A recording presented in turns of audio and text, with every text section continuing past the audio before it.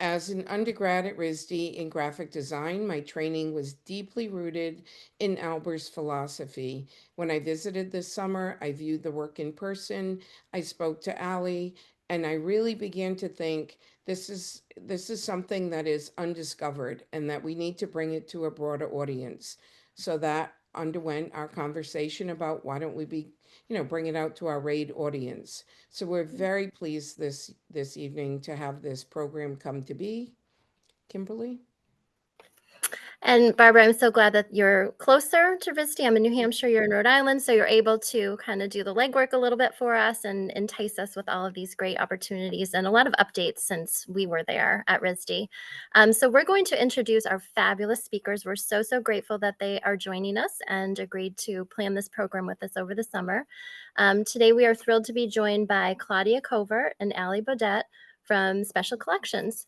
Claudia is the Special Collections Librarian and Curator of Collections and is head of Special Collections at RISD's Fleet Library. She helps members of the RISD community connect to objects for inspiration, discovery, and learning. Claudia is happy to help individuals and classes explore the Fleet Library's unique collections, and she is in charge of collection development, everything from rare books and artist books to donor relations, reference, instruction, and library exhibitions. That's a mouthful. She holds an MLIS from the University of Pittsburgh and has continued her study of books and their preservation at the Rare Book School and North Bennett Street School. Prior to coming to RISD, Claudia was library director for the Corcoran College and Museum of Art in Washington, D.C. I have been there. Claudia's research in RISD's Dazzle Camouflage collection has been cited in a number of publications, and she has served as an expert on Dazzle for museum exhibitions and press articles. Other research interests include pop-up and movable books, artist books, and miniature books. She is the founder and leader of both the Baker and Whitehill Student Artist Book Contest and RISD's Unbound Art Book Fair. Barbara? And please welcome Ali Bodette, the lead reader services assistant, a multidisciplinary artist and library worker based in Providence, Rhode Island. Over the past 15 years, Ali has worked in numerous public and academic libraries. She's interested in studying the intersection of art and libraries with representation and access. Ali is the lead reader services assistant in the Fleet Library Special Collections and Archives and assists with reading room management research appointments, collection care, and more.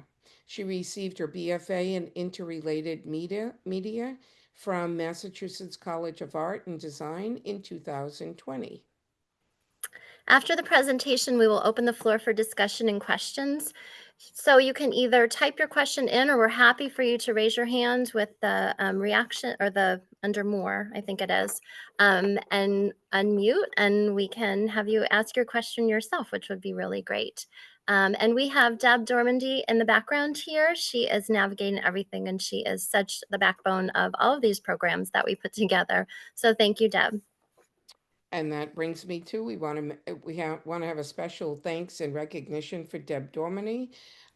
Without her, we would not be able to bring these programmings to you with her support, insight, technical assistant.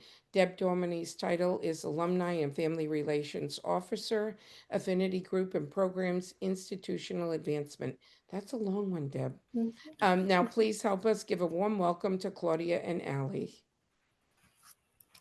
Yay! Thank you so much for having us. We're so excited to share some resources with you guys today. I can pop into my slideshow. Go for your slideshow. Bear with me if we have any technical difficulties here, but I'm going to share my screen and we'll just go over a couple kind of details and intros about our space, our collections, and the different resources around the Fleet Library. Let's see. Awesome. Welcome to the Fleet Library. So I just wanted to kind of give an intro to our space. many of you have probably been to the Fleet Library, but we moved to this space in 2006, and it is a former Rhode Island Hospital Trust building. So this is what it looks like now. This is not what our special collections space looks like. We're kind of in that right here. But if you were to go to the main library, the circulating collection, where some of our exhibit spaces are, this is what you would see. So it's a pretty magnificent space. I definitely recommend visiting. And I'm going to go into a couple events that Special Collections hosts, and one of which is RISD Unbound, and that takes place right here in the Fleet Library main building. Since my position also kind of incorporates RISD archives, I figured it would be cool to show this as well. So this is the original Rhode Island Hospital Trust Bank building, built in 1919. And this is kind of a 2025 showcase of what that looks like now. So we're right here on the water. And we kind of are in this nice sort of central location between all of RISD's buildings. Though some may disagree, students may disagree when they have to walk here in the rain. But I think it's a perfect location in downtown Providence. So just to kind of give a little historical overview, this is where we are.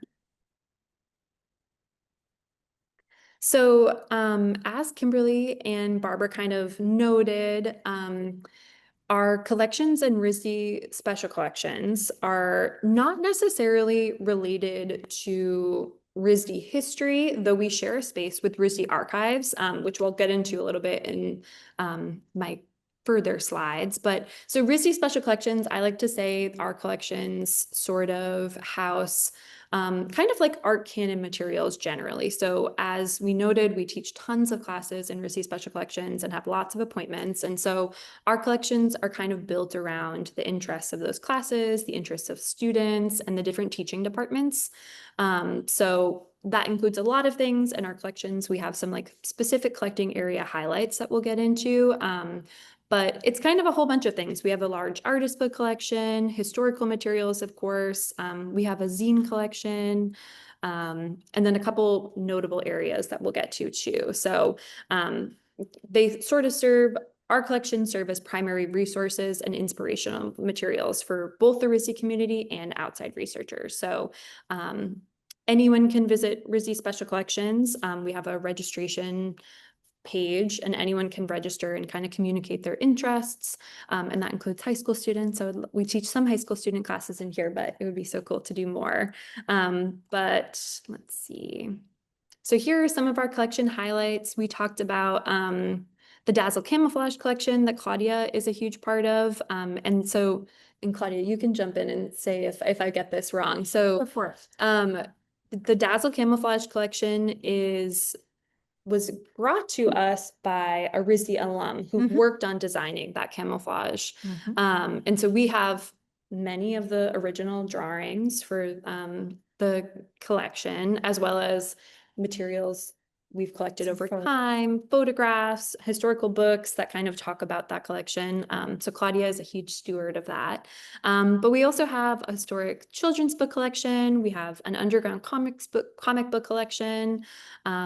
We have a landscape architecture collection that's really cool. The landscape architecture department at RISD was formerly the Lothrop Landscape Architecture School, which was in Groton, Massachusetts. And so over time, that collection, or that school rather, sort of was consolidated and became RISD's landscape architecture department. So we have their teaching materials, books from that. So that's botany, illustrations, every book on garden plants that you can possibly think of exists in that collection. So it's a really cool collection. We have a large pop-up and movable book collection. So some of those are artist books, and then we have sort of more commercial, designed and produced pop-up books, which is new to us in the last like 5 or 6 years. Or so, the largest chunk of them. So we've been doing a lot of exhibits around those right now. So we have a current exhibit up with architecture buildings, of pop-up books, and those are really fun. And we also have a huge collection of artist books, as I mentioned, some some of which we'll see There are here. But that kind of, it goes both ways. We have commercially designed artist books, or, you know, artists who are working specifically within that medium, but we also have a large collection of student artist books. Claudia and the prior special collections librarians had close relationships with, and continue to have close relationships with faculty members at RISD who teach artist books making. And so we have received a lot of those donations, as well as our artist book contest that we kind of steward now to continue that tradition. So we'll kind of look at those things. But this is a little bit of our kind of an overview of our collections. We have an awesome digitization routine. We have a digital imaging studio in the library that the department really works collaboratively with us. So if you aren't able to visit things in person, we have tons of images and videos of our pop-up books, and we're working on getting the bulk of those materials digitized. It's definitely a big undertaking, but a lot of those are available, and we'll send those over as resources for you guys to kind of take a look at afterwards, as well as collection guides. So all of these sort of the Dazzle, pop-up books, artist books, those all have collection guides on our website. So you can kind of learn more about them and kind of get a little taste of what those look like. We also host two main events, as well as, you know, aside from our exhibits, through special collections. So RISD Unbound is one of them. So we're on our 10th year of RISD Unbound, which is an artist book fair that brings both RISD students, alumni, faculty, as well as the greater sort of New England, Providence artist community into table and kind of learn about. It's sort of meant to be an incubator fair, teaching people who may have never sold their materials, sold their zines or artist books or prints in a situation like that before. So it's free and open to the public, and there's no tabling fee. So it kind of like, we try to make it as accessible as possible, and it's hugely popular. It's only growing bigger, it feels. But these are some images from last year's artist book contest. Or Unbound, not artist book contest. We'll get there too. But the cool thing about, I mean, there's many cool things about RISD Unbound, one of which is we often get to collaborate with like a graphic design graduate student who works on our kind of design elements. So we get to kind of bring in students to assist with that and some of the, you know, advertising and different materials. So, but we get a really great variety of kind of outside artists, as well as RISD related artists and designers and enthusiasts.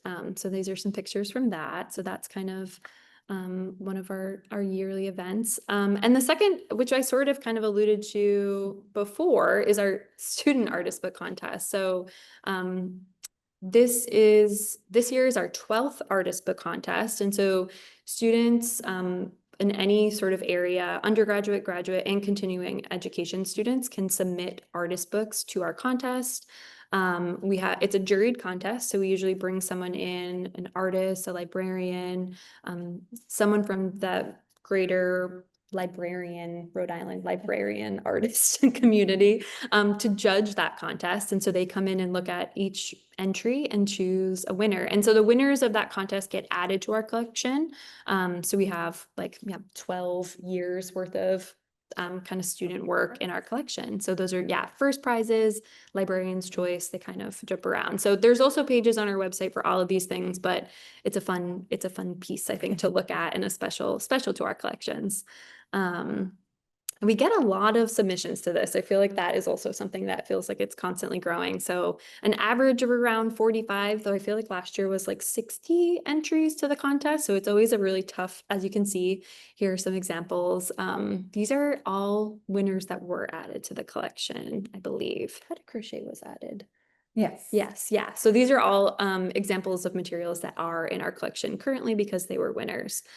So lots of fun things to look at there. Again, just little kind of teaser of some of our materials. And very quickly, I'll also kind of showcase, we showed kind of the greater Fleet Library, but if you were to visit the archives or special collections for an appointment or a class, this is the space that you would be visiting. So this is the Dale Reading Room for Archives and Special Collections. We're here now.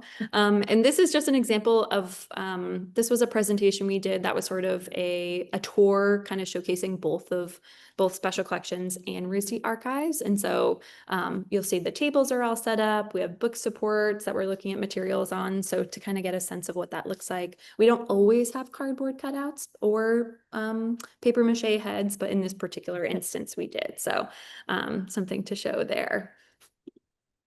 And then, yeah, so as I said, RISD Archives and RISD Special Collections are two different departments, but we share a physical space and we share one person, which is me. So if you reach out to either of those places, presumably I will be the one to answer your email. But to kind of showcase that distinction, RISD Archives are the institutional archives of the college. So they were founded in 1997, but include materials back to the founding of RISD.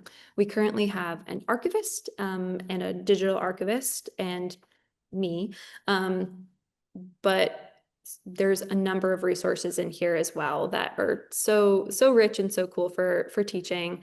So it includes a few different things, kind of like endless materials in RISD archives. So documents, audiovisual material, photographs, we have poster collection, paper mache heads, puppets, you know, all the good stuff in there. So it's a wide variety. And that's really meant to, you know, preserve and provide access to the history of RISD. So lots of good things here, publications, yearbooks, course catalogs, materials like that. So if you ever are interested in seeing if you pop up in the RISD archives, chances are you certainly do. And we would love to share that with you. Here's just some little kind of teaser photos as well from our photograph collection, more on those paper mache heads. Those are actually from RISD Cabaret.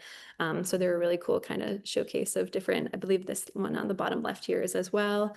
And then top right is just an image from our historical photograph collection as well. So this is someone using the Jacquard loom in sort of the early kind of founding RISD years. Someone having fun at the Halloween artist ball, all kinds of good stuff in there. So, and then we also wanted to share, so the Visual and Material Resource Center is across the hall from us on the second floor of the Fleet Library. So while we're not, it's a totally different department as well. We all sort of, you know, have relationships and our collections are closely related. And this is another amazing resource. We call it VMRC, houses a materials collection, which is quite literally materials that students and alumni can visit and check out materials from. So you don't use them for projects, but you can kind of get a sense of what you could use them for, or if you're working on a specific project, can kind of get a sense of the different materials out there. But then in addition to that, there's a picture collection, which some of you may remember. I think the picture collection has sort of been with Fleet Library from the very early days. So it's still going and still very loved and used by students. A slide collection, our digital image collection. So a lot of those materials and pictures are digitized online. The graphic design and illustration archive, which is a poster collection. And the Arthur Loeb Design Science Teaching Collection, which is not out to view generally, though we did just have an exhibit with that collection and a symposium, but you can always make requests to view those materials. There's like robust guides on our website that kind of showcase what exists in there, what those collections are. On the right-hand side over here, you'll see we also have materials from the Color Lab.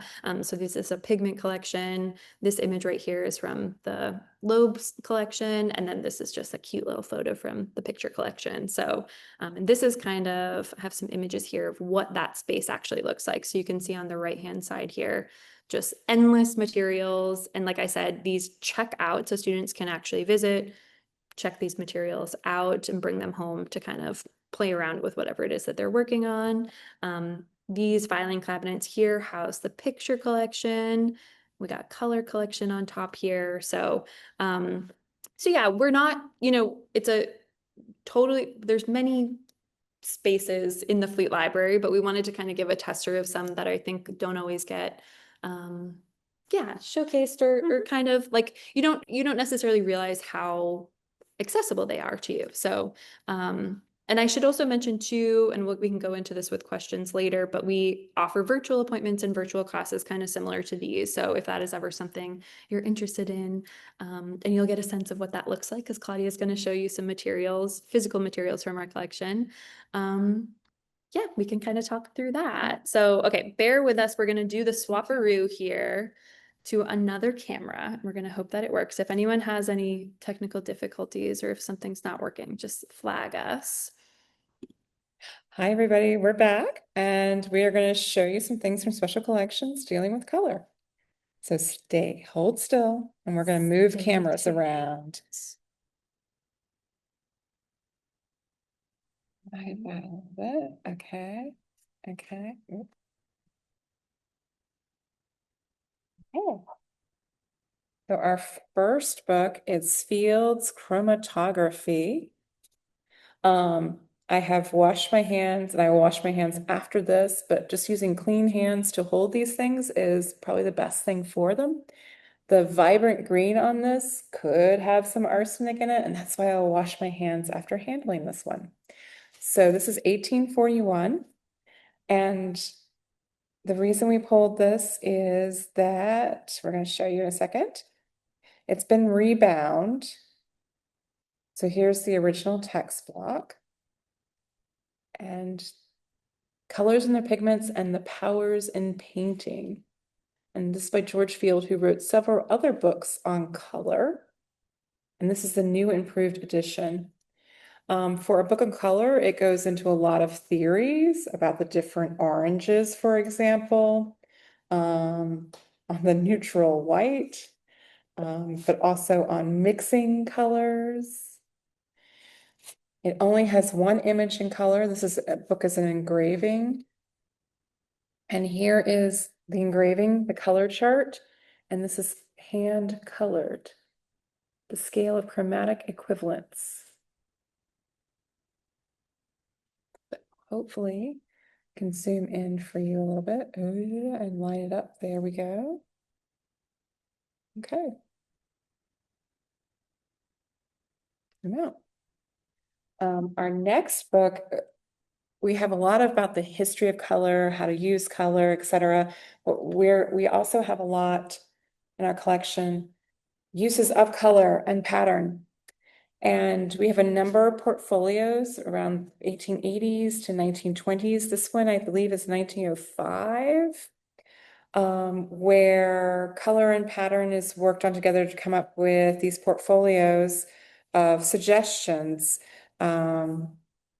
This one's all based on floral patterns. This is E.A. Segay was the designer of this, but this is all gouache paint using pochoir or stencils. So the stencils would have been set up much like silkscreen. They're using the gouache paint, so even though this is well over 100 years, the paint, the colors are staying with us. You've got some gold in there. It's kind of beautiful. These portfolios were meant to be inspirational. Not all our portfolios are complete. Some of them are cut up. Maybe they were framed. Maybe they were used for people's mood boards. But mainly wallpaper, textiles, used for design ideas for wallpaper and textiles. And the French this was mainly a French phenomenon of pochoir at that time. They wanted to add color to their fashion periodicals. Do it this way too. Okay, so the next thing we're going to show you is Color Problems by Emily Nose Vanderpool. She self-published this book in 1902. She went to a second edition as well, and self-published that one. She collected many ideas. She's from Connecticut. When she married, and her first year of marriage, when she was pregnant with her son, Her husband passed away and he left her very wealthy. She did not remarry. She apparently raised her son in her artist studio. She was fascinated with color. She was a watercolorist. And so these are her thoughts on color theory. I like to note her in particular because this is something that Joseph Albers comes back to, advancing and retiring colors, but she is one of the first people to publish about this. And the other thing that she did was she would look at objects, like this one is an antique rug, and she would do a color analysis. So these are all the greens that were in this antique rug, all the golds, all the reds. So she'd break them down into the different coloring formats and how much color. So this is an antique rug that is mostly black, has mostly black threads in it. So this is something else that she did interesting. That I don't know of another color theorist that's exactly broken down images like this. Okay. So our next book, we've been looking at some pretty covers, pretty green covers. This is brown. This is a library binding. It's a theory and practice of color. This was rebound by the library. It's obviously been very well used. I don't know if you can see kind of the splatter here. Many of the books that end up in special collections today were well used, well loved books. And at some point they're like, oh, this book is valuable, or oh, this book is valuable to RISD because of what it says, or we need to protect it, and they would put it in special collections. So here we go. A symbol of the rainbow. And what we're going to find out about this book is it has all kinds of color charts in it. These are mounted colors. And we can start to see that somebody has done color matching here. Not too bad. So sometimes books are very, very well used by the time they come to us. Okay. So this is 1920. So we've kind of gone from 1841, we've jumped to the 1900s and 1920. And now we're going to jump up to 1960. And this is only a few folders from The Interaction of Color by Joseph Albers. So we're very fortunate to have two copies of this book. The first copy was purchased in 1964 by RISD for the Foundations Department. It was used as a teaching tool. This is what Joseph meant it to be used for. At some point, it came to the library, it came to special collections because of its condition. So this set is not pristine, and that's why I'm still using my clean hands and not gloves. But the pristine set, we do require gloves for. So if you come see it, you can come see all 200 folders. Let me turn this way. So as we open every folder, we're going to be greeted with 1 to 2 images with theories that Albers presented. So he was first at Bauhaus until Bauhaus closed, and then at Black Mountain College in North Carolina. And finally, Yale convinced him to come teach at Yale. And when he was at Yale, he was encouraged to publish his theories about color. So the first folders are things like this dot would be facing the student, and he would ask questions such as, is the color in the middle the same or different, and why? And not that it does vary between, we're watching a video, natural light, artificial light, but the colors, if we relax, think about it, maybe we can see it. They look different, but they are the same. And they look different because they're surrounded by a different color. So he talks a lot about color adjacency.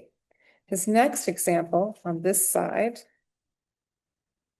is he would ask, how many colors do you see? And so maybe we see a light blue, a dark blue, a yellow, and then we see this kind of tan orange.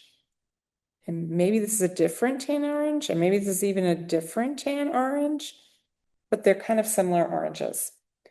But he gives us a lift the flap where we get to see, oh, this is all the same color. This is not this. If we put it back, yeah, you kind of call into question, what are you looking at? So these folders of images are him testing us and our what we see in color. And he does it many different ways. For example, this one, he actually gives us, let me take the glossine out, apologies, there we go. He gives us the answer here. These grays are the same, are they not? And if we lift it, then he's like, are they the same or are they different? So to go through 200 folders like this can take hours and can give you quite a headache, but it can also be a lot of fun. So he plays around also with these colors are the same, but he's using solid color to solid color. So he said, well, what if I put holes in that solid color in the middle and blew it up? What would it look like? And again, these greens are the same, but because they're backgrounds, we question that. These are all silk screen using gouache. Albers was apparently very, very picky. He worked with many faculty there, and some of those people also taught at RISD. And I've heard stories where students would work all day on silk screens, and then he didn't like the silk screens, so they would get thrown away. But they're beautiful silk screens. The next book is The Color of Japan. So much of our collection is American and European based. So this book is from the 1965, so just a year after we acquired Albers Interaction Color. And so I get kind of excited when there are books from other countries outside of Europe and the United States. And why do we collect them? But this book, I'm sorry, it's a big, long book here. So I'm having trouble showing you all of it with the camera. It's talking about Japanese color throughout history. So every page is a different time period, and we're looking at greens. And then maybe the next page we'll be looking at, let's see. Oh, you see sometimes not in the greatest shape. Some of these are,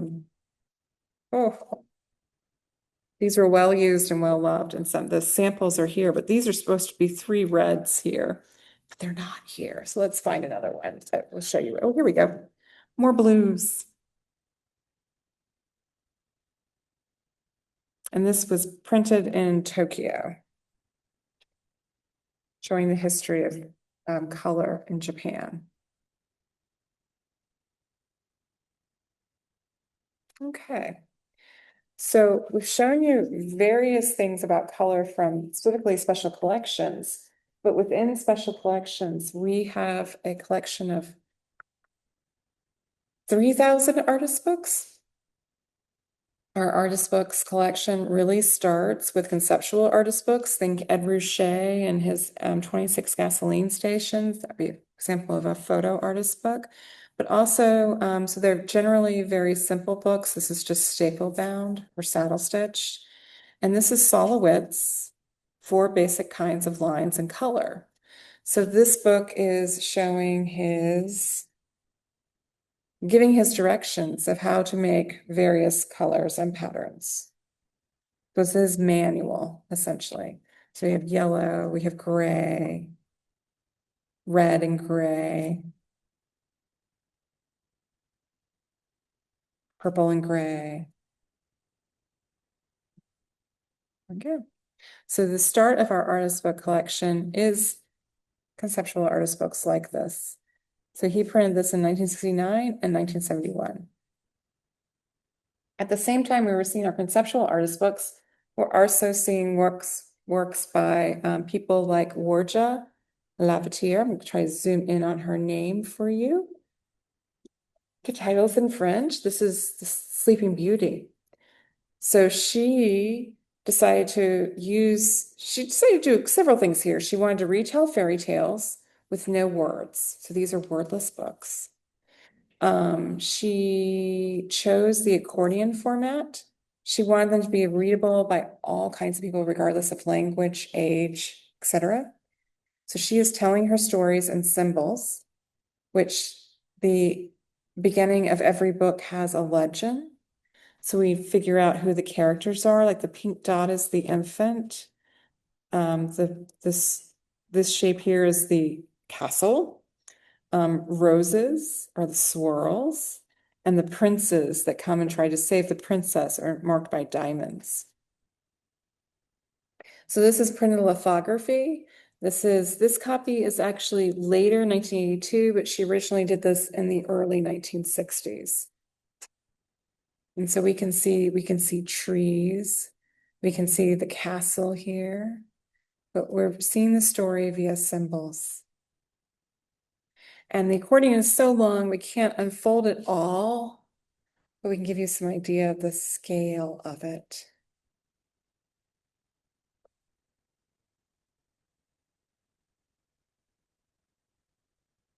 And I think for this artist book in particular, we find that artist books can be read several different ways. So I like this idea that we could read it, one page at a time, kind of like using our little legend, kind of like a traditional codex. And then we can read it spread out as an accordion. Look at the rose gardens. But also it could stand up and be read this way too. And we see the princes are coming. Yep. And try to save her. And there are all the roses and more roses. They have to get through all the thorns. We're back to the castle.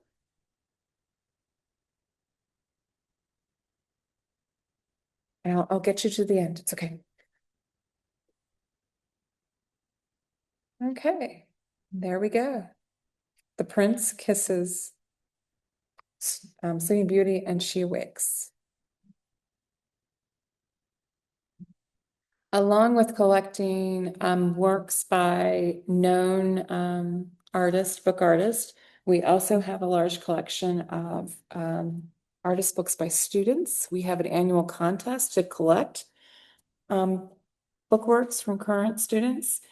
Jan Baker, who started teaching here in the 1980s until she passed away in 2017, she required her students, when they made a book, they had to make at least 2 copies of it.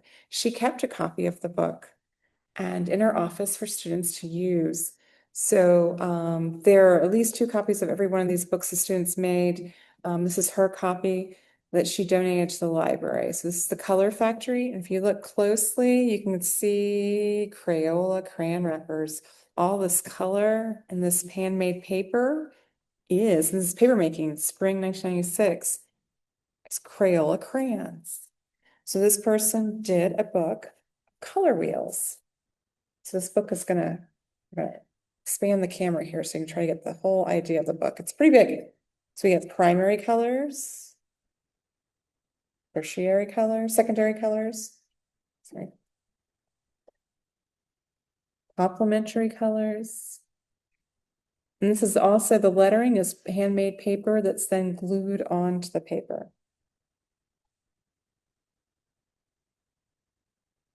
Tertiary colors. Now we're to tertiary colors. I said it too soon. And then, oops, we've got one more. And this is combination colors of red, yellow, and blue. In this great format that just keeps unfolding with more Crayola papers embedded.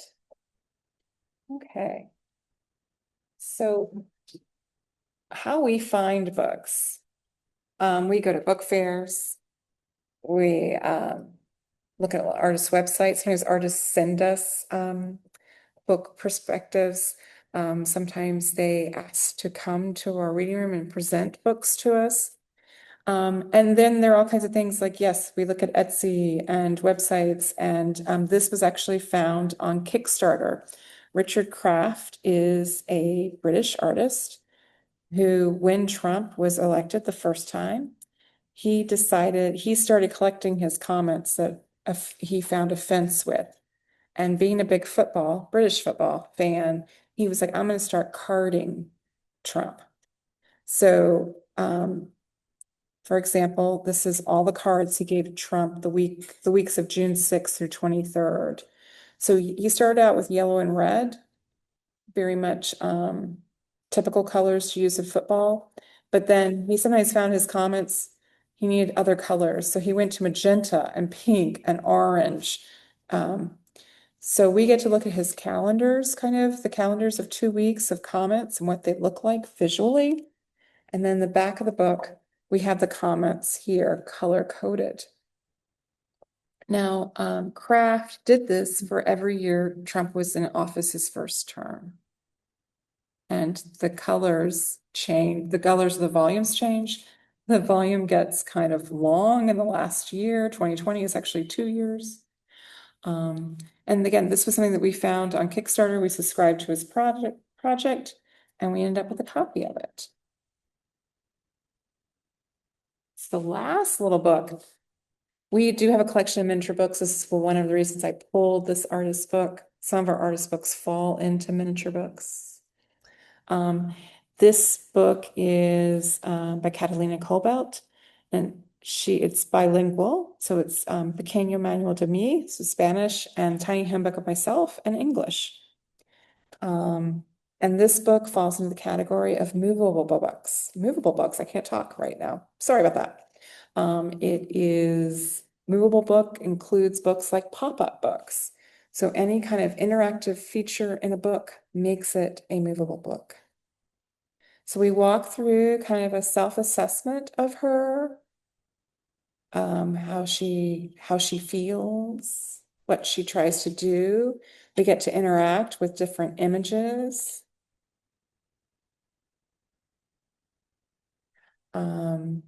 We get to open little window shutters. There she is.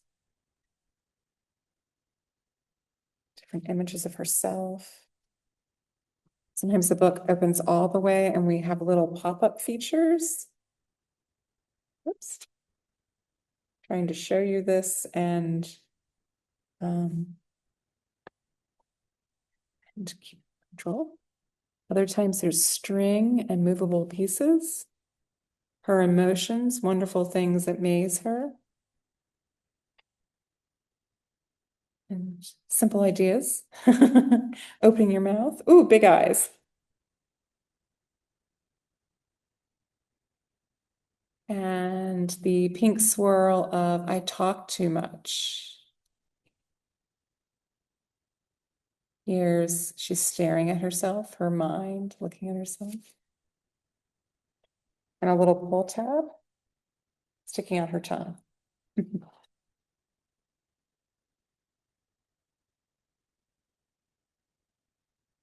She's broken, but she's at peace with herself. And that's the end. So we looked at a few of these, but most of our artist books have a little colophon at the end. And here she gives her name, her title. This is handmade in March 2024. And she made 10 of these books, and this is number 5. So sometimes at the end of the book, it will tell you a little bit more about it. So, you want to come back?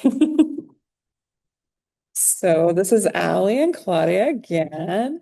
We hope you enjoyed it. Thank you so much. Yeah. And if you have, any questions, you can just reach out to us. I think all the information has been, will be on the guide. But RISD special at risd.edu for appointments, classes, questions about anything like that. Or we do virtual appointments too. So that, kind of in a similar vein to this. So if there's anything particular you want to see, just reach out to us and we can organize something. Thank you very Thank you. much.